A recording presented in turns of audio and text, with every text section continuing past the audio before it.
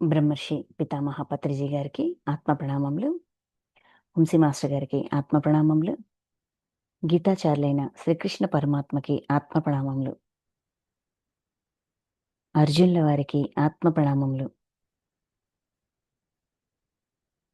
వేద వ్యాస భగవాన్ల వారికి ఆత్మ ప్రణామములు. విఘ్నేశ్వర్ల వారికి ఆత్మ ప్రణామములు. గీతామాతకు ఆత్మ ప్రణామములు. గీతని ఉద్ధరించిన మహానుభావులందరికీ హృదయపూర్వక ఆత్మ ప్రణామములు, కృతజ్ఞతలు.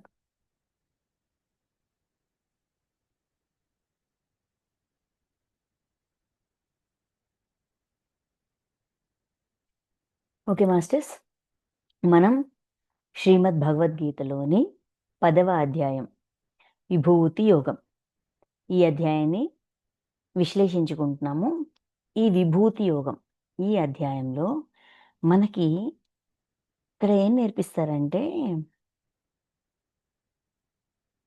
కర్మయోగము, కర్మ సన్యాసము, తర్వాత ఆత్మ సంయమనం,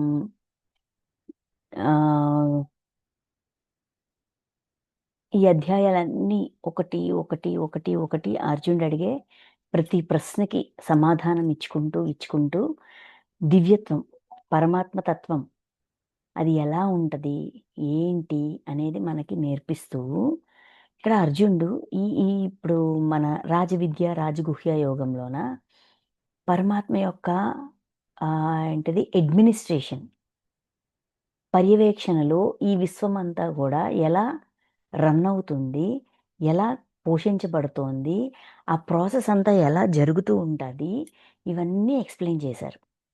ఇదంతా ఎక్స్ప్లెయిన్ చేశాక అర్జునుడికి ఒక కోరిక వచ్చింది. మీ దివ్య విభూతులతో ఈ విశ్వమంతా మీ దివ్య విభూతులతో నిండి ఉంది. అలాంటి విభూతుల్ని నేను కొంచెం తెలుసుకోవాలనుకుంటున్నాను. విస్తారంగా, డీటెయిల్డ్‌గా తెలుసుకోవాలనుకుంటున్నాను. ఎందుకు అంటే నేను అది అవ్వాలి. నేనది అవ్వాలి అంటే నాకొక మోటివేషన్. ఎటువైపు చూసినా నా నా సంకల్పం నేనేం అవ్వాలనుకుంటున్నానో అది నాకు గుర్తుకు రావాలి. ఆ అవేర్‌నెస్ ఎప్పుడైతే నాకు డెవలప్ అవుతదో నేనది అవ్వడానికి ఆ ఎరుకను అలా పెంచుకోగలుగుతాను. కాబట్టి నాకు చెప్పండి అని అర్జునుడు అడుగుతాడు. అప్పుడు పరమాత్మ ఒకటి భగవానుడు, కృష్ణ భగవానుడు ఇవన్నీ ఒక్కొక్క పాయింట్ చెప్పుకుంటూ వస్తారు. దైత్యులలో ప్రహ్లాదుడిని, ఏంటిది ద్వాదశాదిత్యులలో విష్ణువుని, ఏకాదశ రుద్రులలో శంకరుడిని, ఇలాగా అష్టవసువులలో ఇలాగ ఒక్కొక్క పాయింట్, నక్షత్రాధిపతి అయిన చంద్రుడిని నేను, ఇలాగ ఇది నేను అని చెప్తూ ఉంటారు. ఒక్కొక్కటి మనకి మనం కళ్ళు తెరిచి చూస్తే ఈ మొత్తం ఈ అధ్యాయం వరకు ఈ జ్ఞానం అందించిన ఆ సమయంని పరిగణలోకి తీసుకుంటే ఒక్కొక్క పాయింట్ అప్పటి వరకు ఇలాగా తమ ఉనికిని చాటుకుని, తమ దివ్యత్వంతో తమ ఉనికిని చాటుకున్న కొంతమంది, కొన్ని ప్రాణుల యొక్క స్పెషాలిటీని ఇక్కడ తెలియజేస్తారు. ఎందుకు తెలియజేస్తారు? ఓవరాల్‌గా ఒక్క పాయింట్ పట్టుకోవాలి అంటే ఇక్కడ ప్రతీదీ ఆది, మొదలు చూడండి. మొన్న మనం చెప్పుకున్న వాటిలో అకారమును నేను, ద్వంద్వ సమాసమును నేను, ఇయన్నీ చెప్తారు. అకారము, ఓంకారమును నేను అంటారు. రాబోయే శ్లోకాలు అంటే 32 ఇవన్నీ దాటాక. ఓకే. ఇవన్నీ ఏంటి అంటే ఇప్పుడు ఒక భాషని అంతవరకేంటి సైగలతో, ఆహ్, కళ్ళ సైగలతో లేదంటే వాక్కు, ఈ భాష మాట్లాడే శక్తి, మాట్లాడే ఎబిలిటీ కూడా మానవులకి ఉంది అనేది, జంతువులు ఎలాగైతే మాట్లాడవో మానవులు కూడా అలానే మాట్లాడరు అనే ఒక ఇదున్ను, ఒక ఫీలున్ను. అయితే ఎప్పుడైతే మనం భాషని, లిపిని కనిపెట్టాం, మాట్లాడడం అనేది కనిపెట్టాం. కనిపెట్టాక లిపి, లి ఆహ్, దానికొక లిఖితం, లిపి అంటారు దాన్ని. అది కనిపెట్టినప్పుడు ఫస్ట్ వచ్చిన అక్షరం ఏంటి? ఆకారం. మొదలు అంటే మూలం. ప్రతి దానిలోనూ మూలం పరమాత్మయ్యున్నారు. అంటే ఆ తపనతో, ఆ జిజ్ఞాసతో అది తెలుసుకోవాలనుకునే ప్రతి ఒక్కడి యొక్క ఆ మొదటి స్థితి, ఆ మూలం పరమాత్మ తత్వం. దాన్ని కనిపెట్టిన వాడు. అది వాడిని నేనే, వీడిని నేనే, వీడిని నేనే నా కోసం ప్రత్యేకించి ఎక్కడా వెతకొద్దు. పరమాత్మ ఏమంటారంటే, ఎక్కడో ఉన్నాను అని తెలియని, అర్థం కాని, మన ఊహకి కూడా అందని ఏదో ఒక తలంలో, ఏదో ఒక రూపంలో, ఏదో ఒక ఆకారంతో ఏది ఈ విధంగా ఉండుండొచ్చు, ఆ విధంగా ఉండొచ్చు అని ఊహాగానాల వరకు వెళ్ళక్కర్లా. ఈ అక్షరము నేనే. ఈ ఉచ్చైశ్రవము నేనే. ఈ ఐరావతము నేనే. ఆ సుమేరు పర్వతము నేనే. ఇలాగ ఒకటి అంటే ఎక్కడెక్కడో వెతక్కు. నీ కళ్ళ ముందు ఉన్న ప్రతీదీ కూడా పరమాత్మ యొక్క స్వరూపమే. ఆయన యొక్క దివ్య విభూతే అని మనకి సింపుల్‌గా అర్థమయ్యేటట్టుగా ఎక్స్‌ప్లెయిన్ చేస్తున్నారు. అది మనం దెలుసుకోవాలి. మనకి చాలా విభేదాలుంటాయి. మన అంతరంగంలోన ప్రతి దాంట్లో మనకి చాలా విభేదాలుంటాయి. కొన్నిటిని అంగీకరించగలుగుతాం, కొన్నిటిని అంగీకరించలేం. కొన్ని సందర్భాలను అంగీకరించగలుగుతాం, కొన్ని సందర్భాలను అంగీకరించలేం. కొన్ని అభిప్రాయాలను అంగీకరించగలుగుతాం, కొన్ని అభిప్రాయాలను అంగీకరించలేం.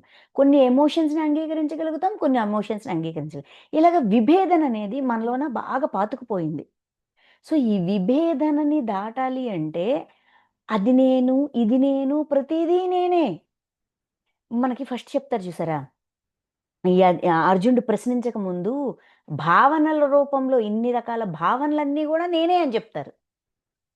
అవి నా నుంచే ఉత్పన్నమవుతున్నాయని జెప్తారు. ప్రాణులలో కలుగు కీర్తి, అపకీర్తి, జయము, అపజయము ఇయన్నీ గూడా నేనే అంటారు. అంటే మనలో ఉండే ఎమోషన్స్ కూడా అందులో కూడా పరమాత్మ యొక్క ఆ తత్వం ఉంది. మన మ మన మనలో ఉద్భవించే ఒక భావన మీద మనం దృష్టి పెట్టినా కూడా మన గురించి మనం తెలుసుకోగలుగుతాం. ఆ తత్వాన్ని తెలుసుకోగలుగుతాం. ఆ సత్యాన్ని తెలుసుకోగలుగుతాం. తెలుసుకొని అది మనం అవ్వగలుగుతాం. సో, ఇలాగా అన్నిటిలోనూ చూడడం నేర్చుకోండి. అందరిలోనూ, అన్నింటిలోనూ ఉన్న ఆ దివ్యత్వాన్ని అర్థం చేసుకోవడం, దర్శించడం, దర్శించిన దాన్ని అర్థం చేసుకోవడం, అర్థం చేసుకున్న దాన్ని ఆచరించడం, అది మన జీవితంలో ఎంటర్ అయినప్పుడు దాన్ని ప్రాక్టికాలిటీలో అప్లై చేయడం. ఇలా మెల్లమెల్లగా మనం గూడా అది అవ్వగలుగుతాము అని ఈ అధ్యాయం నుంచి మనం నేర్చుకోవచ్చు. మనం 31 శ్లోకం వరకు మొన్న డిస్కస్ చేసుకున్నాం. 30 శ్లోకం దైత్యులలో నేను ప్రహ్లాదుడని ఇవన్నీ మనం డిస్కస్ చేసుకున్నాం. గణించు వారిలో నేను కాలమును లెక్కలు కట్టడం, గణించడం. లెక్క కట్టి ఎవడి లెక్కలు ఆళ్ళకి అప్పజెప్తది కాలం. ఎవ్ ఏ లెక్క కాలం యొక్క పొరలలో ప్రతీదీ రికార్డ్ చేయబడి ఉంటాది. సమయం వచ్చినప్పుడు ఎవరిది వాళ్ళకి అందించబడతాది.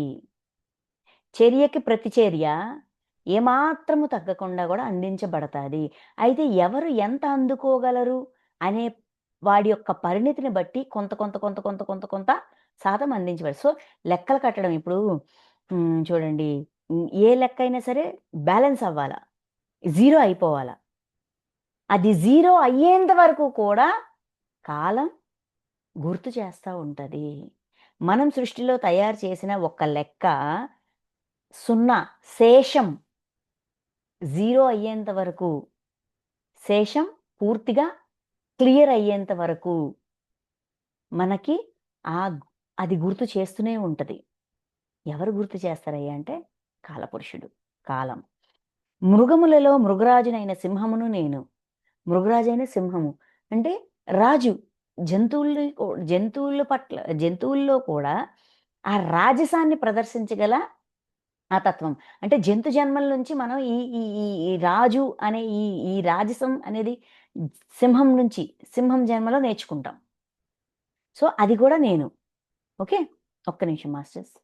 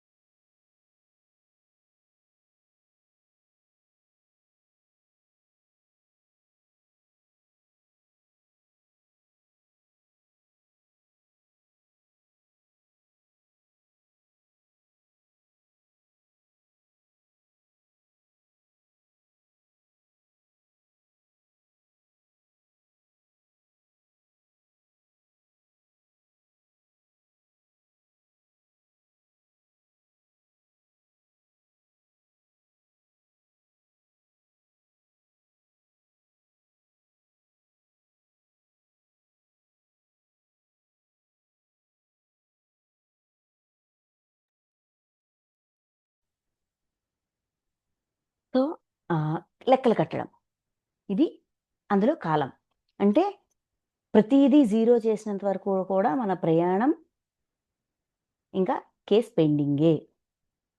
ప్రయాణం కొనసాగుతూ ఉంటాది అనేది తెలియజేస్తది. నెక్స్ట్ ఆహ్, పక్షులలో పక్షిరాజైన గరుత్మంతుడని నేను. పక్షులలో రాజు గరుత్మంతుడు. ఈ గరుత్మంత్ అంటే అది హ్మ్. ఆ దివ్యత్వాన్ని ప్రదర్శించిన అంటే ఎంతో శక్తి, ఎంతో బలం అన్నీ ఉన్నాయి. అయినా కూడా ఆయనెప్పుడు కూడా ఆ శక్తిని దుర్వినియోగపరచల గరుత్మంతుడు. అందుకని పక్షులలో కల్లా రాజయ్యారు. ఎవరి శక్తి వాడికుంటది. ఎవరి సామర్థ్యత వాడికుంటది. దాన్ని సద్వినియోగపరుస్తున్నామా? దుర్వినియోగపరుస్తున్నామా? ఒక పక్షిని చూస్తే మనకు గుర్తు రావాల. నా శక్తి సామర్థ్యాల్ని నేను ఎలా వినియోగించుకుంటున్నాను? సద్వినియోగపరుస్తున్నానా? ఇది మనకి ఎరుక రావాలి. ఇలాగ మనకి ఒక్కొక్కటి చూస్తే మన ఎరుక పెంచుకోవడానికి హెల్ప్ చేస్తది. నెక్స్ట్ పవిత్రమొనర్చు వానిలో వాయువును నేను. పవిత్రమొనర్చు వానిలో వాయువును నేను. ఇక్కడ వాయువుకి సంబంధించి ఏంటంటే ఇప్పుడు మనం ఉన్నాం. మనం ధ్యానం చేస్తున్నాం. ధ్యానం చేసిన శ్వాస మీద ధ్యాస ధ్యానం అనే ఈ ప్రాసెస్‌లో మనం ఎందుకు చేస్తున్నాము? మనకేం జరుగుతుంది? విశ్వశక్తి యొక్క ప్రవాహం మన శరీరంలోకి వెళ్ళి, మన శరీర కణజాలంలో ఉన్న సరికాని ఏంటిది అడ్డంకులు, ఎనర్జీ బ్లాక్స్‌ని వాటన్నిటిని క్లియర్ చేస్తా ఉంటది. అది మనల్ని పవిత్రమొనస్తుందా లేదా? విశ్వమయ ప్రాణశక్తి. అది ఏ రూపంలో ఉంది? వాయువు రూపంలోనే గదా ఉంది. వాయువులో దాగి ఉన్న శక్తి. అది ఏం చేస్తుంది? పవిత్రమొనర్స్తుంది. పోనీ ధ్యానం చేయట్లేదబ్బా! రోజంతా బాగా కష్టపడ్డాం. విపరీతంగా ఇబ్బంది పడ్డాం. అంటే శారీరకంగా, మానసికంగా చాలా స్ట్రెయిన్ అయ్యాం, స్ట్రెస్ అయ్యాం. రాత్రి నిద్రపోయాం. ఉదయం లేచేసరికి నిన్న రాత్రి పడుకునే ముందు ఉన్నంత శారీరక ఇబ్బంది ఒంట్లో ఉన్న నొప్పులు గావచ్చు, ఏమైనా గావచ్చు. ఆ ఇబ్బంది తెల్లవారు లేసేసరికి అలానే ఉంటుందా? ఎంతో కొంత తగ్గుతుంది కదా! కొంతమందికి పూర్తిగా తగ్గుతది. కొంతమందికి కొంత తగ్గుతది. ఏదైనా మళ్ళీ ఫ్రెష్ అవుతున్నామా లేదా? తెల్లవారు లేసేసరికి. మానసిక శ్రమ, శారీరక శ్రమ 2 ఎంతో కొంత తగ్గుతున్నాయి. చాలా వరకు తగ్గొచ్చు. ఒక్కొక్కళ్ళకి ఒక్కొక్కలా ఉంటది. అందరికీ ఒకలాగా ఉంటదని చెప్పట్లా. బట్ ఉంటుంది గదా! ఏమవుతుంది? అక్కడ అది పవిత్రమవుతుంది. అది క్లియర్ అవుతుంది. దేనివల్ల? వాయువు వల్ల. అలాగా పవిత్రమొనర్చడం అనేది వాయువు నుంచి మనం నేర్చుకోవచ్చు. అది అందులో ఉన్న విభూతి. నెక్స్ట్ శస్త్రధారుల్లో శ్రీరామచంద్రుడని నేను. శ్రీరామచంద్రుడు ఒక శస్త్రాన్ని వినియోగించారు అంటే శస్త్రం వెనక ఒక మంత్రశక్తితో దాన్ని ప్రయోగిస్తారు. ప్రతి మంత్రానికి ఒక అధిష్టాన దేవత ఉంటారు. ఆ దేవతని రిక్వెస్ట్ చేసేవారు. ఇది నేను ఎవరికైతే పంపిస్తున్నానో అంటే ఈ శస్త్రం ఇక్కడ వినియోగించాల్సిన అవసరం ఉంది వినియోగిస్తాను. కానీ అది కొలాటరల్ డ్యామేజ్ చెయ్యకుండా అంటే చుట్టూ ఉన్నదాన్ని గూడా నాశనం చేయకుండా చుట్టూ ఉన్న పరిసరాల్ని, ప్రకృతిని, వేరే వాళ్ళని కూడా ఇబ్బంది పెట్టకుండా ఎవరికైతే ఇది సంధించబడుతుందో ఇది వాళ్ళకే తగలాలి. వాళ్ళ వరకు మాత్రమే ఇది పనిచేయాలి. చుట్టూ ఉన్న వాతావరణాన్ని ఇది డిస్టర్బ్ చెయ్యకూడదు అని ఆయన యొక్క శక్తిని, సామర్థ్యాన్ని అలాగా దాన్ని ఒక వెపన్‌ని కంట్రోల్ జేసి కంట్రోల్డ్ డ్యామేజ్ మాత్రమే జరగాలి. అన్‌కంట్రోలబుల్ డ్యామేజ్ జరగకూడదు. పరిణితిలో అపరిమితమైన విధ్వంసం అనేది జరగకూడదు. పరిమితమైన విధ్వంసం మాత్రమే జరగాలి అనే ఒక తపనతో ఆయన ఒక్కడే ఆ శస్త్రాల్ని వినియోగించారు. అందుకనే శ్రీరామచంద్రుడని నేను. ఆ కేర్ తీసుకున్నారు. ఏమంటారు? యుద్ధం చేస్తే కొలాటరల్ డ్యామేజ్ అంటే చుట్టుపక్కల కూడా చనిపోతారు. ఇప్పుడు ఒక సైనికుడు యుద్ధం చేసేటప్పుడు కేవలం రాజులు, మంత్రులు లేదంటే బాధ పెట్టినవాడో, దాడి చేసినవాడే కాదు. సైనికులు, గుర్రాలు, ఏనుగులు, జంతువులు అన్నిటికీ నష్టం జరుగుతది. అన్ని ప్రాణాలు కోల్పోతాయి. చాలా జరుగుతది. అయితే సాధ్యమైనంత వరకు ఆ శస్త్రం వినియోగించేటప్పుడు సాధ్యమైనంత వరకు చుట్టుపక్కల డ్యామేజ్ జరగకుండా కేర్ తీసుకునేవారనమాట. అది శ్రీరామచంద్రుడి దగ్గర నుంచి మనం నేర్చుకోవచ్చు. నెక్స్ట్ మత్స్యములలో మొసలిని నేను. మొసలికున్న స్పెషాలిటీ ఏంటి? అది నీటిలోనూ బతకగలదు, నేల మీద బతకగలదు. నీటిలో ఉన్నప్పుడు నీటికి తగ్గట్టుగా ఫ్లెక్స్ అవుతది. నేల మీద ఉన్నప్పుడు నేలకు తగ్గట్టుగా తన సామర్థ్యాన్ని తను నిరూపించుకుంటది. అదే విధంగా మనకి మన పరిస్థితికి తగ్గట్టుగా మనల్ని మనం మౌల్డ్ జేసుకోగలగాలి. అది ఒక విభూతి. మన పరిస్థితికి తగ్గట్టుగా మనల్ని మనం మౌల్డ్ చేసుకోగలగాలి. అది మొసలి నుంచి మనం నేర్చుకోవచ్చు. నెక్స్ట్ నదులలో గంగా నదిని నేను. అన్ని నదుల్లోకి గంగ నేను అన్నారు. ఎందుకు? గంగ ఆ దివ్యత్వాన్ని సంతరించుకున్నారు. అంటే తాను తనలో ఉన్న దుర్గుణాలన్నిటిని సద్గుణంగా మార్చుకొని తాను దివ్యంగా మారారు. అది ఆ గంగలో ఉన్న ప్రత్యేకత. దివ్యత్వం అనేది అక్కడ విభూతి. నెక్స్ట్ 32 శ్లోకం. ఓ అర్జునా! సృష్టికి ఆది మధ్యాంతములు నేను. సృష్టి, స్థితి, లయ కారకుడును నేనే. విద్యలలో ఆధ్యాత్మ విద్యను నేను, అనగా బ్రహ్మ విద్యను నేను. పరస్పర వాద వివాదములలో తత్వ నిర్ణయమునకై చేయు వాదమును నేను. ఆది, మధ్యము, అంతము. అంటే అన్నింటిలోనూ ప్రతి ప్రతి విషయం యొక్క ఆది, మధ్యము, అంతము. సృష్టికి ఆది, మధ్యము, అంతము. ఇదంతా సృష్టించింది నేనే. అలాగని చెప్పి విడిచిపెట్టేసారా? లేదు. అందులో అది ఎలా జరుగుతోంది? దాన్నెలాగా సంరక్షణ, దాని యొక్క పోషణ, దాన్ని నడుపుతూ మళ్ళీ ఇంకా కొన్నిటికి కాలం పూర్తయిపోతది. అప్పుడు దాన్ని ఎండ్ జేయడం. ఒక కథ ముగిసింది. ఒక చాప్టర్ ఎండ్ అయిందంటే దాన్ని ఎండ్ చేయడం గూడా అంతవరకు కూడా ఉండి కావాల్సినయన్నీ చూసుకుంటూ ఉంటాను. సృష్టి, స్థితి, లయ ఇయన్నీ ఉండాలి.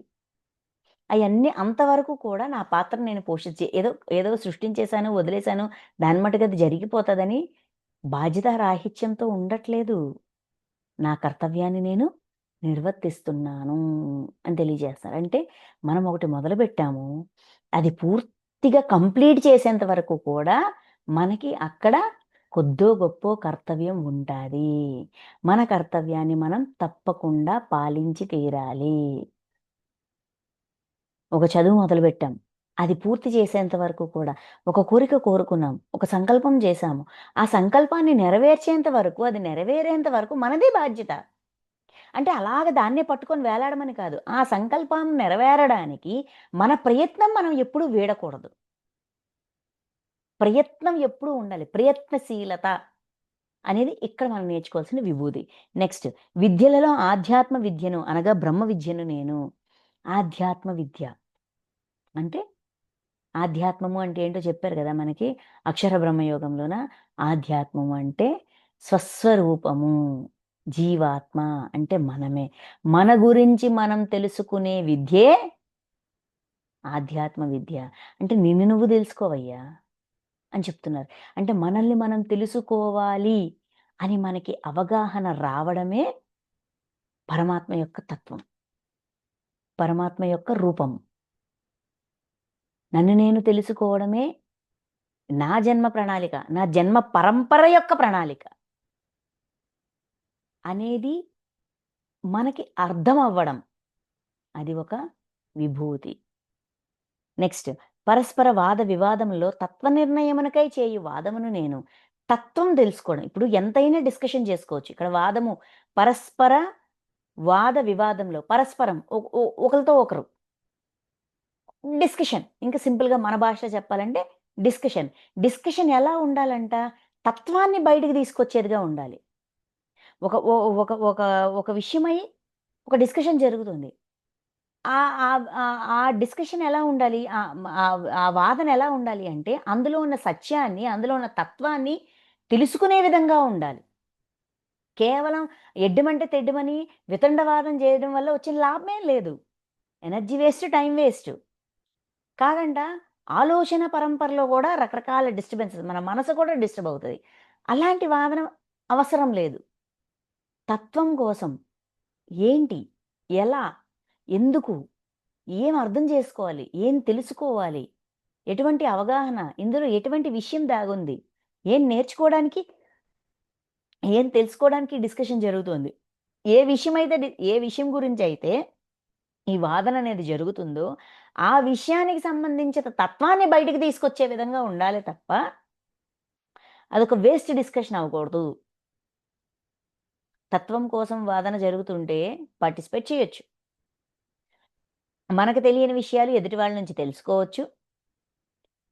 మనకు తెలిసిన విషయాల్ని ఎదుటివాడికి చెప్పి, మొత్తానికి అది, ఇది సంగతి. ఆత్మ అంటే ఇది, లేదంటే ఇదంటే ఇది. ఒక సబ్జెక్టు లేదంటే పిల్లలుంటారు, చదువుకుంటుంటారు. లేదంటే ఈ ఏంటంటే సైన్స్, టెక్నాలజీ వీటికి సంబంధించి కూడాన. ఒక విషయం అర్థం కాలేదు. నలుగురు కూర్చొని డిస్కస్ చేసుకున్నప్పుడు ఓకే. దీని ఆన్సర్ ఇదనమాట అని ఒక ఆన్సర్‌ని బయటికి తీసుకురాగలగాలి. అది అదొక విభూతి. అంటే వాదన చేసుకోండి. డిస్కస్ చేసుకోండి. అందులోంచి ఒక జ్ఞానాన్ని బయట తీసుకొచ్చే విధంగా ఉండాలి. నెక్స్ట్ అక్షరములలో అకారమును నేను. అకారమును నేను, సమాసములలో ద్వంద్వ సమాసం నేను, అక్షయకాలం అనగా మహాకాలం నేను, అట్లే విశ్వతోముఖుడైన విరాట్ పురుషుడును నేను, అందరిని ధరించువాడను, పోషించువాడను నేను. అక్షరంలో అకారము. అక్షరాలతోటే కదా మొదలైంది. అక్షరమాల అంటారు. అక్షరాలతోటి లిపి. లిపి అనేది మొదలైంది. ఆ మొదలు, ఆ మూలం అయిన అకారమును నేను. అకారం నుంచే అన్నీ మొదలయ్యాయి. సో, ఆ మూలం నేను. ఎప్పుడు కూడా మూలం తెలుసుకుంటేనే మనం ఎంత ఎదిగినా కూడా ఆ మూలం నుంచే మనం వచ్చాము అనే మూలాన్ని మర్చిపోకూడదు.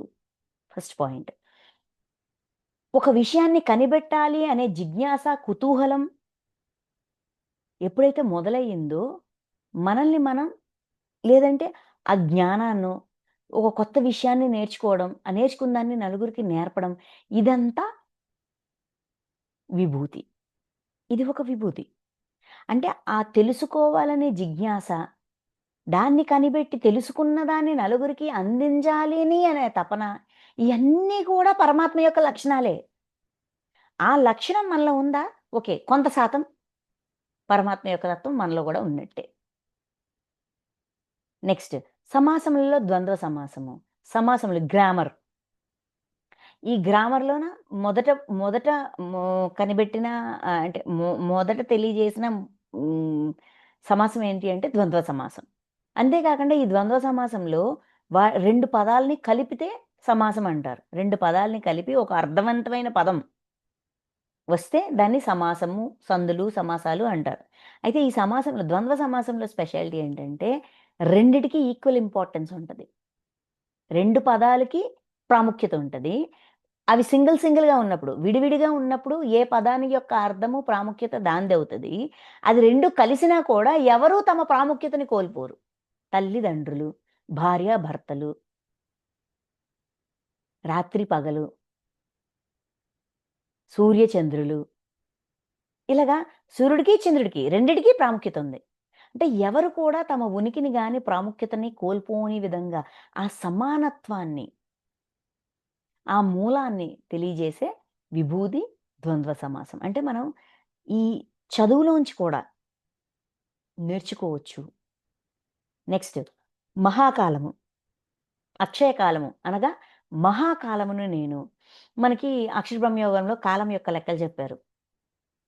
ఏంటిది కృతయుగము ఇన్ని సంవత్సరాలు, తర్వాత త్రేతాయుగము ఇన్ని సంవత్సరాలు, ద్వాపర యుగము ఇన్ని సంవత్సరాలు, కలియుగము ఇన్ని సంవత్సరాలు, ఇవన్నీ కలిపి 100 ఈ అన్ని యుగాల యొక్క కాలాన్ని కలిపి దాన్ని 100తో మల్టిప్లై చేస్తే ఆ మహాకాలం అది బ్రహ్మ యొక్క ఒక పగలు.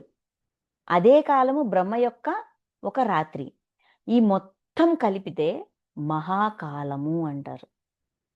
ఈ మహాకాలమును నేను. సమయం కూడా. అంటే సమయాన్ని వృధా చెయ్యొద్దని ఎందుకంటారంటే, అది కూడా పరమాత్మ యొక్క స్వరూపమే. దైవాన్ని, దివ్యత్వాన్ని మనం వృధా చేసుకుంటున్నాం. మన లెర్నింగ్‌ని కోల్పోతున్నాం. కొంత సమయాన్ని మనం వృధా చేశామంటే, ఆ సమయంలో నేర్చుకోవాల్సిన లెర్నింగ్‌ని మనం మిస్ అవుతున్నాం. కాబట్టి ఆ సమయాన్ని గూడా దైవంగా భావించగలగాలి. సమయం గడిచిపోయింది అంటే, ఆ సమయంలో నేర్చుకోవాల్సిందేదో మనం మిస్ అయ్యాం. తెలుసుకోవాల్సిందేదో మిస్ అయ్యాం. అందుకని కాలం కూడా దైవమే. కాలాన్ని వేస్ట్ చేయొద్దు అని తెలియజేస్తున్నారు. నెక్స్ట్ అట్లే విశ్వతోముఖుడైన విరాట్ పురుషుడని నేను. విశ్వతోముఖుడైన విరాట్ పురుషుడు. విరాట్ పురుషుడనేది ఒక పేరు. అదెలా వచ్చింది? విశ్వతోముఖుడు. విశ్వంలో అన్ని ముఖాలు, అన్ని రూపాలు ఆయనవే. ఆయనకంటూ ప్రత్యేకించి ఒక రూపం లేదు. రూపంగా తెలుసుకోవాలనుకుంటే అన్ని రూపాలు ఈ విశ్వంలో ఉన్న ప్రతి రూపము నేనే. అంటే ప్రతి ఆకారంలో, ప్రతి రూపం వెనక ఉన్నది కూడా దైవమే. ఈ అధ్యాయం మొత్తం మనకి ఏం నేర్పిస్తదంటే అణువణువున పరమాణువులో కూడా పరమాత్మ ఉన్నారు. పరమాత్మ లేనిది లేని అణువు, పరమాణువు లేదు. లేని రూపం లేదు. లేని చైతన్యం లేదు. లేని గాలికణం లేదు. లేని ప్రాణి లేదు. చరాచర సృష్టి లేదు. అసలు నేను లేనిదెక్కడో చెప్పవయ్యా అని అడుగుతారు ఆఖరికాయన. ఈ అధ్యాయం యొక్క ఆఖరి శ్లోకంలో అదే. ఒక స్టేట్మెంట్ ఇస్తారనమాట. చూద్దాం. నెక్స్ట్ అందరిని ధరించువాడును, పోషించువాడును నేను. అలాగని జెప్పి సృష్టించేశాను గదా అని వదిలేయలేదు. ధరిస్తున్నారు. అంటే వాళ్ళకి కావాల్సిన శరీరాల్ని ఆయనయ్యి ఉంటున్నారు. ఆ చైతన్యం ఆత్మ చైతన్యంగా ఆత్మస్వరూపంగా ఉన్నారు గదా! అంతే కాకుండా పోషణ. పోషణ అంటే జ్ఞానం అనే పోషణ. ఏ జన్మ పరంపరలో ఏం నేర్చుకోవడానికి మనం జన్మలు తెచ్చుకుంటామో, ఆ లెర్నింగ్‌ని మనకి పదే పదే గుర్తు చేస్తా ఉంటారు. అదే పోషణ. జ్ఞానం ఈ జ్ఞానం పొందడానికి పుట్టావయ్యా! ఈ జ్ఞానం నేర్చుకోవడానికొచ్చావు. అందుకే ఈ పరిస్థితి పదే పదే నీ ముందుకొస్తుంది. ఈ పరిస్థితి ఊరికే నీ ముందుకు రావట్లా. ఇందులో నేర్చుకోవాల్సిన లెసన్ ఉంది. అది నేర్చేసుకో అయిపోతది. ఈ ఈ ఇంటిమేషన్ అనమాట. ఏమంటాము ఆహ్, స్టాప్ వాచ్ లాగా. రిమైండర్ లాగా. మనకి గుర్తు చేస్తూ ఉంటారు. ఆ పోషణ. పోషించువాడను నేనే. నెక్స్ట్ 34 అన్ని ప్రాణులను హరించు మృత్యువును నేనే. ప్రాణులన్నిటికి జన్మొచ్చింది. ఓకే. Very good. మళ్ళీ ఆ శరీరాన్ని విడిచిపెడతాయి గదా! మృత్యువు రూపంలో వాళ్ళకి ఆ శరీరం నుంచి విడుదల. ఇప్పుడు జంతువులైనా కావచ్చు, మనుషులైనా కావచ్చు, ఏదైనా కావచ్చు. ప్రతి ప్రాణి కూడా కొన్నాళ్ళు జీవించిన తర్వాత దాని శరీరము దానికి సహకరించదు. ఆ శరీరంలో ఉన్న ఆ జీవాత్మకి, ఆ ప్రాణికి అన్నీ తిరగాలి, చూడాలి, ఎగరాలి, ముందులాగా ఉండాలి అనే తపన ఉంటది. కానీ శరీరం సహకరించదు. అప్పుడు దానికెలా అనిపిస్తది? దాని శరీరంలో అది బంధింపబడిపోయినట్టుగా ఉంటది. అటువంటప్పుడు మృత్యువుగా వచ్చి దానికి ఆ విడుదలనిస్తున్నాను. అంటే మృత్యువంటే భయపడతాం. మృత్యువుని మాటాడకూడని మాటగా, తలుచుకోకూడని విషయంగా అనుకుంటాం. అలాగ కూడా వద్దు. మృత్యువు కూడా దైవమే. ఆ మృత్యు క్షణంలో, మృత్యు ఘడియల్లో ఉన్నవాడికి వాడికి అర్థమవుతది. అది ఎంతగా వాడిని కాపాడుతుంది అనేది. వాడిని ఎంతగా విడుదల చేస్తుంది అనేది. ఇది మనకెక్కడ బాగా అర్థమవుద్దనంటే 'డోలారిస్ కానన్' గారి 'మరణాంతర జీవితం.' 'మరణాంతర జీవితంలోన' ఏమంటాం ఆవిడ హిప్నాటిక్ ట్రాన్స్‌లోకి తీసుకెళ్ళినప్పుడు రిగ్రెషన్ థెరపీలోన ఆ బాడీ వెకేట్ చేసే టైంలో వాళ్ళ ఫీల్ ఆ సోల్ యొక్క ఫీల్ ఏంటి అనేది వాళ్ళు ఎక్స్‌ప్లెయిన్ చేస్తారు. నొప్పి భరించలేకపోతున్నాను. నా వల్ల కావట్లేదు. నా శరీరం సహకరించట్లేదు. ఈ ముక్కి ఈ ఈ ముసలి డొక్కు శరీరంతో నేను చాలా ఇబ్బంది పడ్డాను. ఒక్క క్షణం ఎంత హాయిగా తేలిగ్గా ఫీల్ అయ్యానంటే అంత తేలిగ్గా ఫీల్ అయ్యాను. హమ్మయ్య! అనిపించింది అని వాళ్ళ అనుభవాన్ని వాళ్ళు ఎక్స్‌ప్లెయిన్ చేస్తారు. ఇది జరిగింది గదా! ఈ రికార్డింగ్స్ అన్నీ జరిగాయి కదా! రిగ్రెషన్ థెరపీలోన. అంటే మృత్యువు ఎంత విడుదలనిస్తది. అది కూడా దైవమే అని మనకు తెలియజేస్తాం. అలాగని చెప్పి బాడీ నుంచి బయటకొచ్చేసాం గదా! హమ్మయ్య! ఇంక అయిపోయింది. అయ్యో! ఈ జన్మలో నేను నేర్చుకోవాల్సింది నేను మిస్ అయిపోయానే. మళ్ళీ అదే విధంగా ప్రవర్తించానే. ఏదో సరి చేయడానికొచ్చాను సరి చేయలేదే. ఈ అనుభవం కోసం వచ్చాను. అయ్యో! పూర్తిగా పొందలేదే అని మరణించిన తర్వాత మళ్ళీ మనకి అన్నీ రీకాల్ అవుతాయి. ఎంత పని జేశాను అనుకుంటాం. అప్పుడేం జేస్తారు? చూడండి. సమస్త ప్రాణుల ఉత్పత్తికి హేతువును గూడా నేనే. మళ్ళీ వాడు జన్మ తీసుకోవడానికి వాడు వెతుక్కున్న కారణానికి ప్రాణి మళ్ళీ జన్మ తీసుకోవాలనుకుంటది. ఎందుకంటే దాని కారణాలు దానికుంటాయి. ఆ హేతువు తన కారణాన్ని తనకి గుర్తు చేసి, మళ్ళీ జన్మ తీసుకోవడానికి ప్రోత్సాహాన్నిస్తూ, ఆ లెర్నింగ్‌ని సగంలో ఆపేయకంట కొనసాగించడానికి హేతువుగా, ఒక ప్రోత్సాహకుడుగా ఉండేది గూడా దైవమే. దైవం అలా గూడా హెల్ప్ చేస్తది. స్త్రీలలో కీర్తి, శ్రీ, వాక్కు, స్మృతి, మేధ, ధృతి, క్షమ అను వారందరును నేనే. స్త్రీలలో కీర్తి, శ్రీ, వాక్కు, స్మృతి, మేధ, ధృతి, క్షమ. కీర్తి, శ్రీ, వాక్కు, స్మృతి, మేధ, ధృతి, క్షమ. మొత్తం 7 లక్షణాలు. అనువారందరును నేనే. ఇదందరూ ఈ ఈ వీళ్ళందరూ నేనే అని అంటున్నారు. అంటే ఏంటి అర్థం ఇక్కడ? ఇక్కడ మనం ఏం తెలుసుకోవాలి? ఏం నేర్చుకోవాలి? స్త్రీ జన్మలలో ఈ ల ఈ ఈ ఈ సద్గుణాలన్నీ కూడా మనం డెవలప్ చేసుకుంటాం. అంటే ఈ సద్గుణాలన్నీ డెవలప్ చేసుకోవడానికి స్త్రీ జన్మ సహకరిస్తాది. స్త్రీ జన్మల్లో ఎక్కువ లెర్నింగ్ ఉంటది. నేర్చుకోవడానికి బాగా ఎక్కువ లెర్నింగ్ ఉంటది.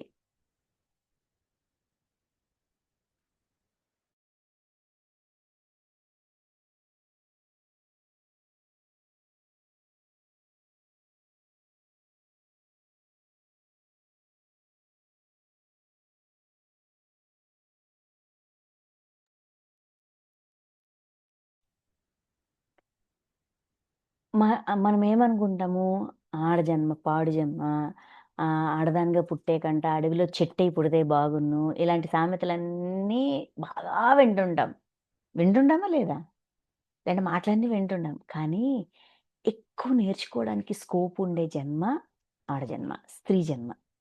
ఆ స్త్రీ జన్మలలోనే ఇయన్నీ మనం నేర్చుకుంటాం. కీర్తి, శ్రీ, వాక్కు, మాటని ఎంత జాగ్రత్తగా మాట్లాడాలి. ఒక్క మాట జారితే ఎంతటి ప్రమాదమొస్తది అనేది మనం తెలుసుకుంటాం. స్మృతి, జ్ఞాపక శక్తి, మేధ, తెలివితేటలు, ధృతి, సాధనా పటిమ, క్షమ, క్షమించడం. ఈ సద్గుణాలన్నీ నేర్చుకుంటేనే ఆడజన్మ ఒక ఒక ఆడది స్త్రీగా మారగలదు. అందుకే స్త్రీలలో అన్నారు. అంటే ఈ సద్గుణాలన్నీ ఉన్నదే స్త్రీ. ఈ సద్గుణాలన్నీ డెవలప్ చేసుకోవడానికే ఆడవాళ్ళగా జన్మలు తీసుకుంటాం. ఆడవాళ్ళగా జన్మలు తీసుకుంటూ ఈ సద్గుణాలన్నీ మనం మన చైతన్యంలో నింపుకుంటే అప్పుడు మనం స్త్రీగా మారుతాం. ఆడ నుంచి స్త్రీగా మారడానికి ఈ 7 దివ్యత్వపు లక్షణాలు మనలో ఉండాలి. ఈ 7 విభూదులు మనమై ఉండాలి. అంటే మనం ఇప్పుడు ఆడ జన్మ తెచ్చుకున్నామంటే ఈ 7 మనం డెవలప్ చేసుకోవడం మన కనీస బాధ్యత. అనువారందరినూ నేనే. ఆ దివ్యత్వపు లక్షణాలన్నీ నేను. మనలో అయ్యున్నాయా? కొంచెం పరమాత్మ తత్వం మన కొంత పర్సెంటేజ్ మనలో ఉన్నట్టే. అవన్నీ డెవలప్ చేసుకోవాలి, పెంచుకోవాలి, పెంపొందించుకోవాలి అనుకుంటున్నామా? కొంచెం కొంచెం. ఇలాగా కొంచెం కొంచెంగా మనలో మనం ఆ పరమాత్మ యొక్క తత్వాన్ని, లక్షణాల్ని, ఆ విభూదుల్ని ఇంకించుకోవాలి. నెక్స్ట్ గానము చేయుటకు అనువైన శృతులలో బృహత్ సామమును నేను. బృహత్ సామం అనేది ఒక శృతి. ఒక ఏంటంటాము సంగీతంలో అదొక ట్యూన్. మ్యూజికల్ ట్యూన్ అనమాట. ఆ ట్యూన్ నేనన్నారు. గానము చేయుటకు అనువైన శృతులలో అంటే అది నేర్చుకోవడానికి ఈజీ. సింపుల్, ఈజీ మొదటిది. స్టార్టింగ్‌దనమాట. సో, అది నేను అంటున్నారు. అంటే ఇప్పుడు ఏదైనా నేర్చుకోవాలనుకున్నప్పుడు మొదట్లో సింపుల్‌గా, సులువుగా ఈ సులువుగా ఉన్నదైతే మనం హ్మ్. ఆ! పర్వాలేదులే. నేను నేర్చుకోగలను. నాకు చేతవుతది. నేను ప్రయత్నం చేయొచ్చు. నేను పాడగలుగుతున్నాను అని మనకొక ప్రోత్సాహం వస్తది కదా! ఆ ప్రోత్సాహంతో మనం ఎలాగా ఎంత కష్టమైన ట్యూనయినా నేర్చుకోవడానికి ముందుకెళ్తాం. అలాగా బృహత్సామము. అంటే మొదట్లో అనువుగా, సులువుగా ఉంటూ నేర్చుకోవడానికి మనల్ని ప్రోత్సహిస్తూ ముందుకు తీసుకెళ్తది. ఆ బృహత్ సామమును నేను. నెక్స్ట్ అందుకే ఏదైనా ఎవరికైనా మనం ఏదైనా నేర్పించాలంటే ఇట్స్ ఓకే బాబా! It's easy. సింపులే. ఏం పర్వాలా నేర్చుకోవచ్చు అని అలాగే జెప్తారు. ఏదైనా కొత్తది మనం కొత్తది నేర్చుకోవాలి, కొత్తది తెలుసుకోవాలన్నప్పుడు అందరూ మనల్ని అలానే మోటివేట్ జేస్తారా లేదా? ఎందుకు జేస్తారు? ఎందుకంటే అలా అనుకుని మొదటి అడుగు వేసేటప్పుడు ఎవడికైనా భయమేస్తది. నా వల్ల కుదురుతుందా? నాకంతుందా? నాకంత నేను నేను నాకిది అర్థమవుతదా? నాకు చేతనవుతదా? అని ఈ సందిగ్ధాలుంటాయి. సులువే. అందుకే మనకి మెల్లగా చూడండి స్కూలింగ్‌లో కూడాన ఫస్టు లెటర్సు, వర్డ్స్ ఇవన్నీ నేర్పించరు. నలుగురు ఇంట్లో అమ్మ, నాన్న దగ్గరున్న పిల్లలు తెలియని పిల్లలతో కలిసి ఆడుకోవడం అనేది ముందు వాళ్ళకి ఏ రూల్స్ పెట్టరు. ఇప్పుడు నర్సరీలోన, ప్రీ స్కూల్స్‌లోన వాటిలన్నిట్లో ఏం చేస్తారు? ఆడుకోవడం, నలుగురితో కలవడం, పేరెంట్స్‌ని విడిచిపెట్టి ఇంట్లో కాకుండా వేరేగా వాళ్ళకి తెలియని ప్లేసు, తెలియని వ్యక్తులు, తెలియని ఒక స్థలంలో తెలియని వాళ్ళతో కొంత సమయాన్ని గడపడం అనేది అప్పుడు చాలా కష్టం. రాగాలు ఏడుస్తూ ఉంటారు పిల్లలు. అవునా కాదా? అంత ఏడుస్తున్న వాళ్ళు గూడాన అలా మెల్లగా ఆడుకోవడం కదా! ఏమి లేదు. నో రూల్స్, నో రెస్ట్రిక్షన్స్ ఏమి లేదు. ఆట ఆట. ఆట అనేది ఈజీ. ఆటతో మొదలుబెట్టి వాళ్ళు ఆ వాతావరణానికి, దానికి అన్నింటికి అడ్జస్ట్ అవుతూ అప్పుడు వాళ్ళ ఇష్టపడి చదవడానికి రావాలి అన్నంత వరకు కూడా వాళ్ళకి అవకాశం ఇస్తారు. అలాగా ప్రతీది కూడా మూలము, మొదలుబెట్టడము అండ్ సులువైనది. ఇక్కడ అనువైన శృతి ఎట్టాంటోడైనా నేర్చుకోగలడు. అది అనువుగా ఉంటది. అందుకని అది నేను. అంటే ఎవడైనా పాడగలడు. నెక్స్ట్ ఛందస్సులలో గాయత్రి ఛందస్సు నేను. ఈ ఏమంటాము శ్లోకాలు, ఈ సంస్కృతంలోని ఇవన్నీ రాస్తారు గదా! ఏమంటాము శ్లోకాలు, ఆహ్, పాటలు ఇలాగ ఇవన్నీ రాయడానికి ఒక ఒక ఒక సెంటెన్స్‌కి ఇన్ని అక్షరాలుండాలి. ఇలాగా ఒక లైన్‌కి, ఒక వెర్స్‌లో ఒక లైన్‌కి ఇన్ని అక్షరాలుండాలని కొన్ని రూల్స్ ఉంటాయన్నమాట. అవేంటంటే దాన్నే ఛందస్సు అంటారు. వాటన్నిటిలో కూడా సులువైనది, అనువైనది గాయత్రి ఛందస్సు. ఈ గాయత్రి ఛందస్సు అనేది నేర్చుకోవడం ఈజీ. చాలా ఈజీ. అందులో రాయడం ఈజీ. అంటే ఇప్పుడు ఆలోచనొస్తుంటది. ఏదో రాయాలనిపిస్తది. రాయాలనిపించినప్పుడు అది సులువుగా ఉంటే రాయడం ఈజీ. అంటే లోపల నుంచొచ్చే భావనని అక్షరాల్లో పెట్టడానికి కూడా కొన్ని రూల్స్ అండ్ రెగ్యులేషన్స్ ఉంటాయి. ఇదేంటంటే ఈజీ అన్నమాట. సులువైనది నేర్చుకోవడానికి. సో, గాయత్రి ఛందస్సు నేను. మొదలుపెట్టేయ్యా. మొదలుపెడితే ఇంకొంచెం ముందుకెళ్దాం. మొదలుపెట్టడమే కష్టమైన దాంతో మొదలుపెడితే అక్కడితో ఆగిపోతది ప్రయాణం. సో, గాయత్రి ఛందస్సు. అందులో ఉన్న దివ్యత్వం ఏంటి అంటే అందరిని వెల్కమ్ చేస్తది. నెక్స్ట్ మాసములలో మార్గశీర్షమును, ఋతువులలో వసంత ఋతువును నేనే. మాసములలో మార్గశీర్ష మాసము. ఇప్పుడు మన లెక్కల ప్రకారం ఏంటంటే చైత్ర మాసంతో మన నెలలు, తెలుగు నెలలు చైత్ర మాసంతో ఆరంభమవుతాయి. కానీ ఈ మహాభారత కాలము, అంతకుముందు కాలంలో గూడా ఈ మార్గశీర్ష మాసంతోటే సంవత్సరం మొదలయ్యేది. నెలలు, మాసాలు మొదలయ్యేది మార్గశీర్ష మాసంతో మొదలవుతాయి. అందుకని మార్గశీర్ష మాసమును నేను. మొదలు, మూలం, మొదలు పరమాత్మ యొక్క తత్వం. నెక్స్ట్ వసంత ఋతువు. వసంత ఋతువులో ఏంటి మొదలు? ఏంటి మూలం? ఆకులన్నీ ఎండిపోయిన మూడు బారిబీన చెట్లన్నీ కూడా చిగురిస్తుంటాయి. మళ్ళీ ఆశ చిగురిస్తుంటది. ప్రాణం పోసుకుంటూ ఉంటది. అంతవరకు క్లారిటీ ఉండదు. ఆ మొక్క బతికుందా? చచ్చిపోయిందా? అనేది. అది చిగురించినప్పుడు బతికింది. ఇది బతికే ఉంది. చిగురించింది అని ఒక ఆశ ము మొదలవుతుంది. సో, ఆ వసంత ఋతువు నేను, మార్గశీర్ష మాసము నేను. నెలల్లో జూసినా గూడా కాలం నేనే అన్నారు. మళ్ళీ ఋతువు నేనే అన్నారు. మళ్ళీ మాసం నేనే అన్నారు. ప్రతి దాంట్లో కూడా పరమాత్మ యొక్క తత్వం నిండి నిమిడీకృతమై ఉన్నది. లేనిదంటూ ఎక్కడా లేదు అనేది తెలియజేస్తున్నారు. నెక్స్ట్ 36 వంచకులలో జూదమును నేను, ప్రభావశాలులోని ప్రభావం నేను, విజేతలలో విజయమును నేను, నిశ్చయాత్మకులలో నిశ్చయమును, సాత్విక పురుషుల్లో సాత్విక భావమును నేనే. వంచకులలో జూదము. ఇప్పుడు వంచన అంటే ఏంటి?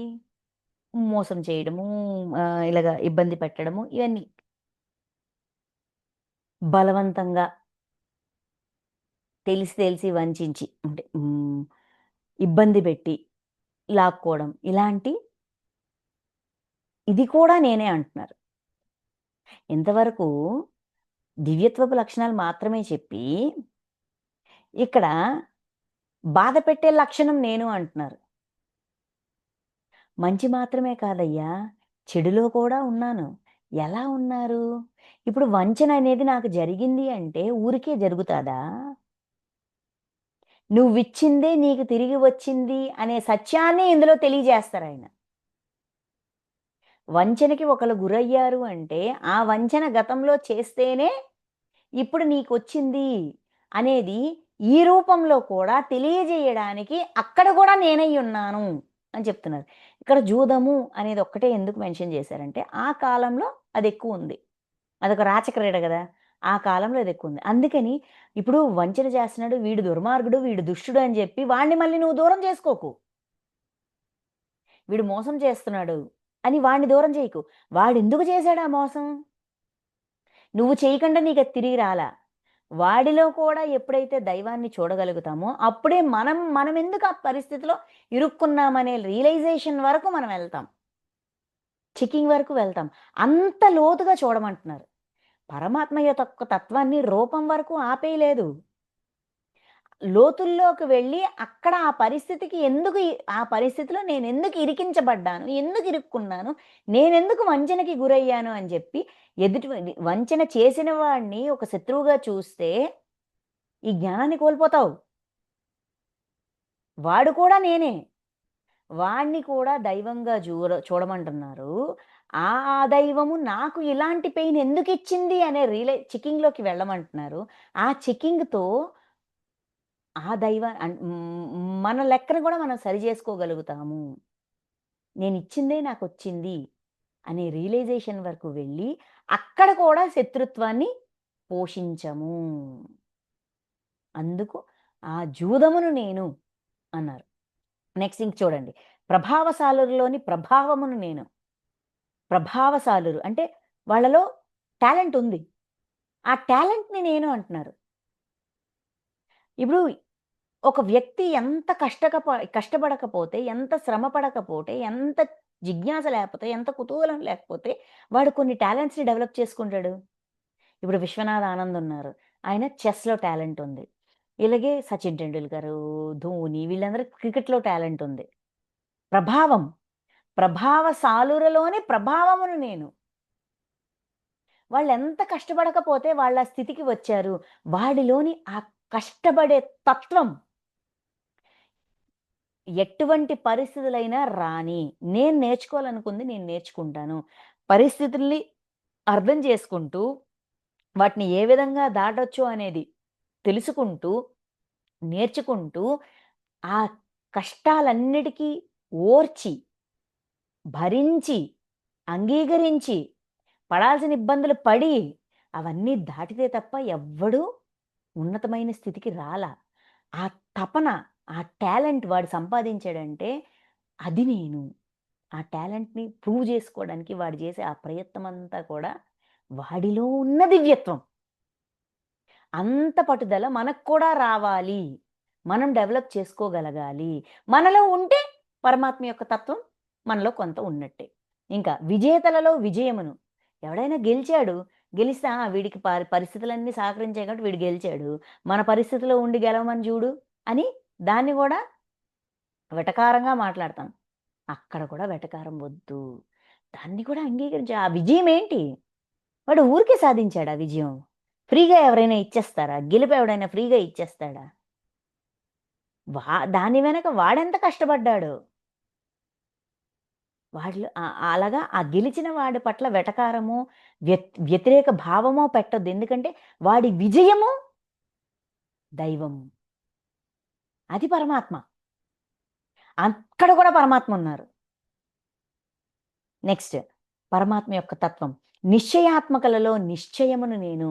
నిశ్చయాత్మకులు. ఒక నిర్ణయం తీసుకున్నారు. నిశ్చయంగా స్టాండర్డ్‌గా ఆ నిశ్చయాన్ని ఆ నిర్ణయాన్ని తీసుకొని దాని మీద ఎన్ని కష్టాలొచ్చినా, ఎన్ని ఇబ్బందులొచ్చినా ఆ నిశ్చయం మీదే ఉంటూ, ఆ నిశ్చయాన్ని తొలగించుకోకుండా వాళ్ళు తీసుకున్న నిర్ణయాన్ని కొనసాగించడానికి ఎలాంటి ప్రయత్నమైనా చేస్తూ, ఇది నా డెసిషన్. ఈ నిర్ణయం నాది. ఇది నిశ్చయించుకున్న దాన్ని నేను. దీని వెనక దీని యొక్క ఫలితంగా ఏమొచ్చినా కూడా దానికి పూర్తి బాధ్యత నాదే అనేది నిశ్చయం.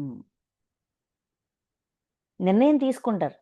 చాలా సార్లు మనం నిర్ణయం తీసుకుంటాం. తీసుకున్నాక మనం అనుకున్నది జరిగితే అది నేను.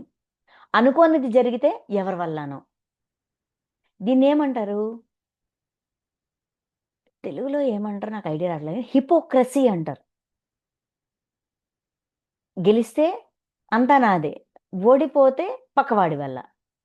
నిర్ణయం తీసుకున్నదెవరు? నిశ్చయించుకున్నదెవరు? ఆ నిశ్చయాన్ని ఆధారంగా నిర్ణయం తీసుకున్నదెవరు? ఆ నిర్ణయం ఆధారంగా పని చేసిందెవడు? పని యొక్క ఫలితం సరిగా లేకపోతే అది ఎవడో అనుకోడానికి లేదు. నా నిశ్చయం అది. సో, రిజల్ట్ ఏదైనా కూడా నేను పూర్తి బాధ్యత వహిస్తాను. ఆ నిశ్చయం నేను. అంత ఆ నిశ్చయం మనలో ఉంటే అది పరమాత్మ యొక్క తత్వం. మనలో ఆ విభూతి ఉన్నట్టు. అది మనం అవ్వాలా. సాత్విక పురుషులలో సాత్విక భావమును నేను. సాత్విక భావం. అది ఒక గుణం. అందరిని అంగీకరిస్తది. దేన్ని వ్యతిరేకించదు. ఏం జరిగినా కూడా ఆహ్, ఏమంటారు?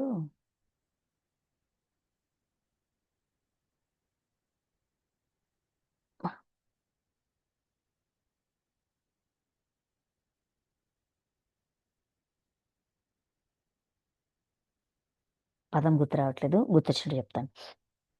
సాత్విక భావం యొక్క స్పెషాలిటీ ఏంటి అంటే అది హ్మ్,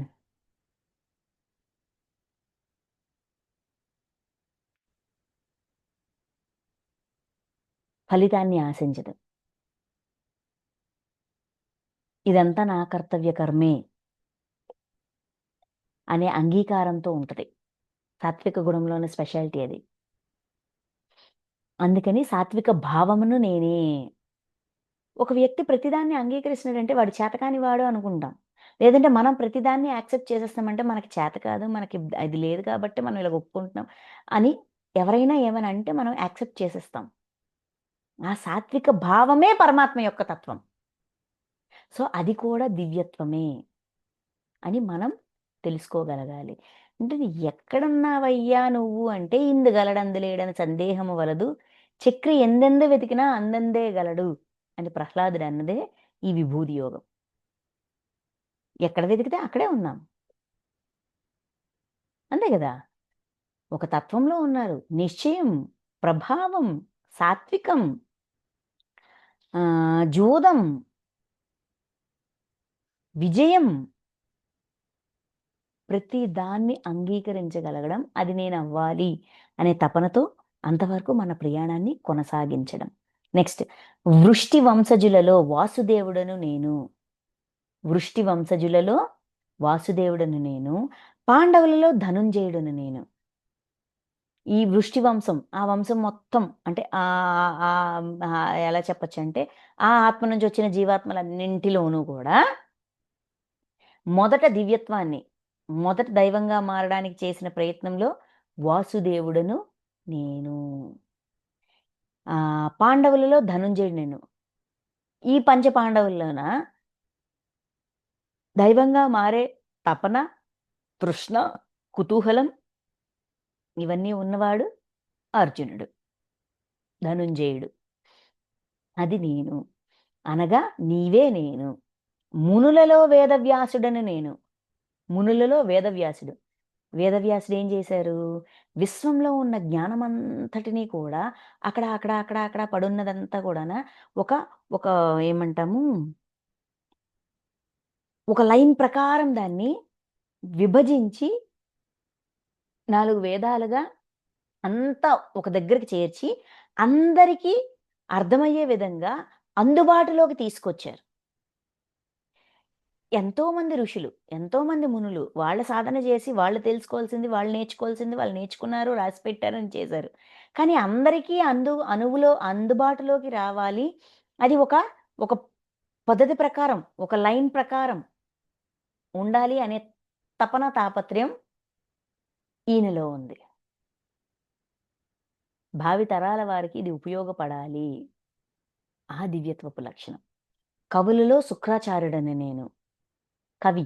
కవిత్వం అంటే ఏంటి? భావనని మృదువైన భాషలో దాన్ని అందించగలగడం. లోతైన భావనలని భాషతో ఎదుటివాడికి అర్థమయ్యేటట్టుగా అందించగలగడం. ఒక కవి చేసే పని అది. అంటే అది ఆయన మొదలు. అక్కడ ఆయన మొదటివాడు. శుక్రాచార్యుడు మొదటి కవి. కవి. రాశారనమాట. నెక్స్ట్ శిక్షించు వారిలో దండమును అనగా దమన శక్తిని నేనే. జయేచ్ఛగల వారి నీతిని నేనే. గోప్య విషయ రక్షమున మౌనమును నేనే. జ్ఞానుల యొక్క తత్వజ్ఞానమును నేనే. శిక్షించు వారిలో దండమును అనగా దమన శక్తి. శిక్ష వేసేవారు. ఎవరినైనా శిక్షించేస్తారు. అవునా కాదా? తల్లి బిడ్డని శిక్షిస్తది. బిడ్డ తల్లిని శిక్షిస్తది. ఇలాగ ప్రతి ఒక్కడు శిక్షించడానికి రెడీయే. కాకపోతే అందరూ శిక్షించేవాళ్ళు కాదంట. శిక్షించే వారిలో దమన శక్తి. అంటే నువ్వు తప్పు చేశావు, నీది తప్పు అని వేళ్ళెత్తి చూపించి వాడిని ఇంకా ఆ తప్పుని ఎత్తి చూపి వాడిని ఇంకా బాధ పెట్టేది దమన శక్తి కాదు. ఈ తప్పు వల్ల ఈ పెయిన్ వస్తది. ఇంత ఇబ్బంది ఉంటది. కానీ కనుక ఒక్కసారి నిన్ను నువ్వు చెక్ చేసుకో. సరిజేసుకునే ప్రయత్నం చెయ్యి అని చెప్పి ప్రేమగా నొప్పించకండా సత్యాన్ని తెలియజేసే తత్వం దమన శక్తి. శిక్షించే ప్రతి ఒక్కడు ఆయన కాదంట. దమన శక్తి ఉన్నవాడే ఆయనంట. నువ్వు ఇట్టాంటోడివి, అట్టాంటోడివి అని అనడం చాలా ఈజీ. కానీ అక్కడ ఇస్తున్న పెయిన్ అర్థం చేసుకుని ఒకసారి ఆలోచించరా ఎంతవరకు కరెక్టో? నీకే తెలుస్తది. నువ్వేం తెలివి తక్కువోడివి కాదు. ఒకసారి ఆలోచించు అని వాళ్ళు అది కూడా వాళ్ళకి పెయిన్‌గా మారకండా జాగ్రత్తగా దాన్ని డీల్ చేయగలగడం. అది దమన శక్తి. అంటే వాళ్ళు చేసే తప్పుల నుంచి వాళ్ళని మళ్ళించి ఇది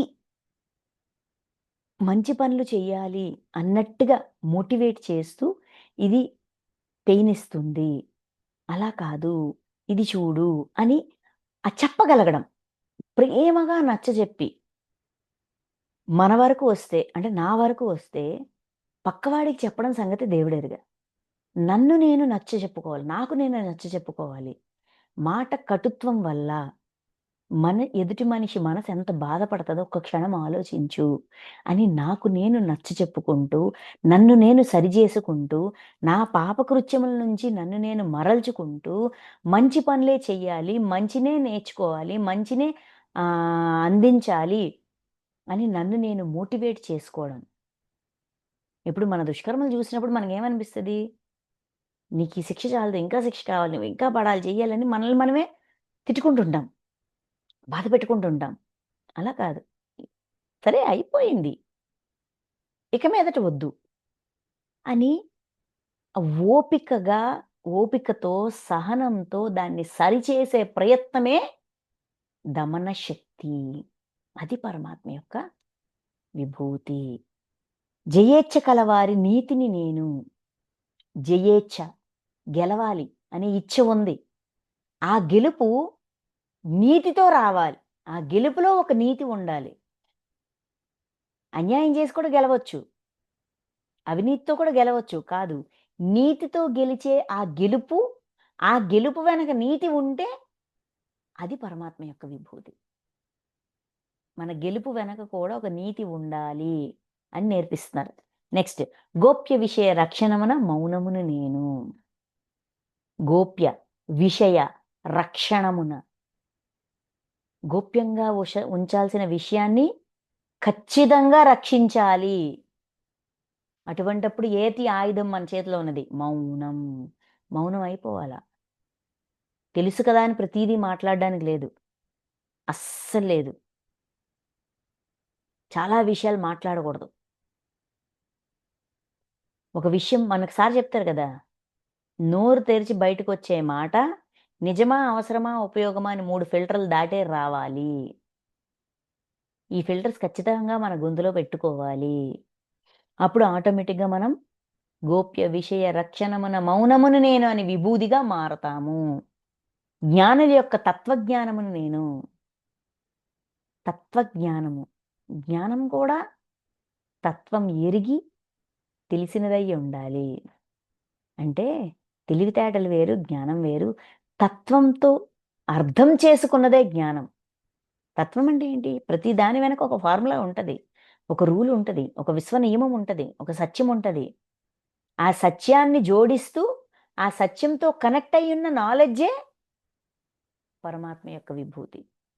సత్యంతో సంబంధం లేని జ్ఞానము పరమాత్మ యొక్క విభూతి కాదు. అందరూ ఒక్కటే అనేది విశ్వసత్యం.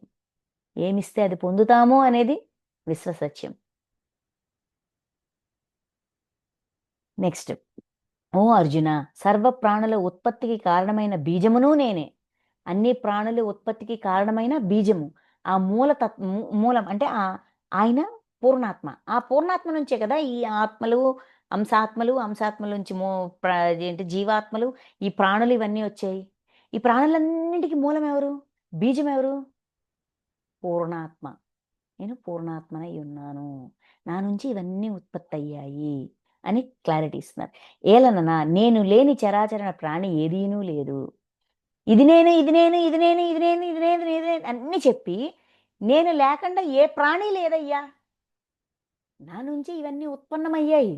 ఇంక నేను కానిదెక్కడుంది? కొన్ని విభూదులు చెప్పు, చాలా విభూదుల గురించి చెప్పు అంటే, నేను కానిదెక్కడుంది? ఇది నేను, ఇది నేను, ఇది నేను ఓకే. బట్ అన్నీ కూడా నేనే అయ్యున్నాను. విడివిడిగా చూస్తూ అంతా ఒకటే అనే అన్నింటిని విడివిడిగా ఒక్కొక్క దాని నుంచి ఒక్కొక్క నీతిని, ఒక్కొక్క సద్గుణాన్ని, ఒక్కొక్క దివ్య గుణాన్ని, ఒక్కొక్క విభూతిని నేర్చుకుంటూ అంతా నేనే అయ్యున్నాను అనే ఏకత్వంలోకి రావాలి అని తెలియజేస్తున్నారు. తెలియజేస్తూ ఓ పరంతప నా దివ్య విభూతులకు అంతమే లేదు. నా విభూతుల విస్తృతిని గూర్చి నేను నీకు చాలా సంక్షిప్తముగా వివరించితిని. దివ్య విభూతులకు అంతమే లేదు. ఇలాగ దివ్యత్వాన్ని సంతరించుకున్న ప్రాణులు, ఆ దైవీ లక్షణాలు, దైవత్వపు లక్షణాలు, ఆ విభూతులకు ఎన్నని చెప్పమంటావు? ఏం చెప్పమంటావు? ఇలా లెక్క కట్టుకుంటూ చెప్పుకుంటూ పోతే ఇంక ఈరోజే కాదు ఇంక అలాగా సమయం కూడా చాలదు. ఎండ్ అంటూ లేదయ్యా! ఈ క్షణం చెప్తున్నాను. ఇంతవరకు ఉన్నది చెప్తున్నా. ఏమో ఈ క్షణం ఎవడు ఏ దివ్యత్వాన్ని నేర్చుకున్నాడో, ఎవడు ఏ విభూతిగా మారాడో ఏం చెప్పగలం? ఈ అనంత విశ్వంలో ఎప్పుడు ఏ క్షణానికి ఎవడు ట్రాన్స్‌ఫార్మ్ అవుతున్నాడో, ఎవరు తన చైతన్యాన్ని విస్తృతం చేసుకుంటున్నాడో, ఎవడు దైవంగా మారుతున్నాడో ఎలా లెక్క కట్టి చెప్పేది? ఇది కంటిన్యూయస్‌గా జరుగుతున్న ఒక ప్రాసెస్సు. సో, దీనికి ఎండ్ అంటూ లేదు. కొన్నే చెప్పాను చూడండి. నా విభూతుల విస్తృతిని గూర్చి. విస్తృతి దీని యొక్క ఎక్స్‌పాన్షను.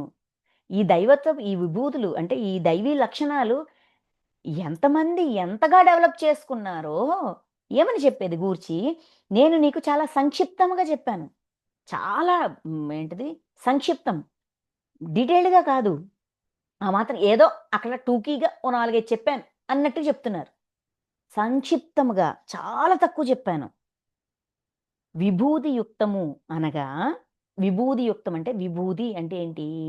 ఐశ్వర్యయుక్తము, కాంతియుక్తము, శక్తియుక్తము అయిన వస్తువేదైనను నా తేజస్సు యొక్క అంశము నుండియే కలిగినదిగా తెలుసుకొనుము.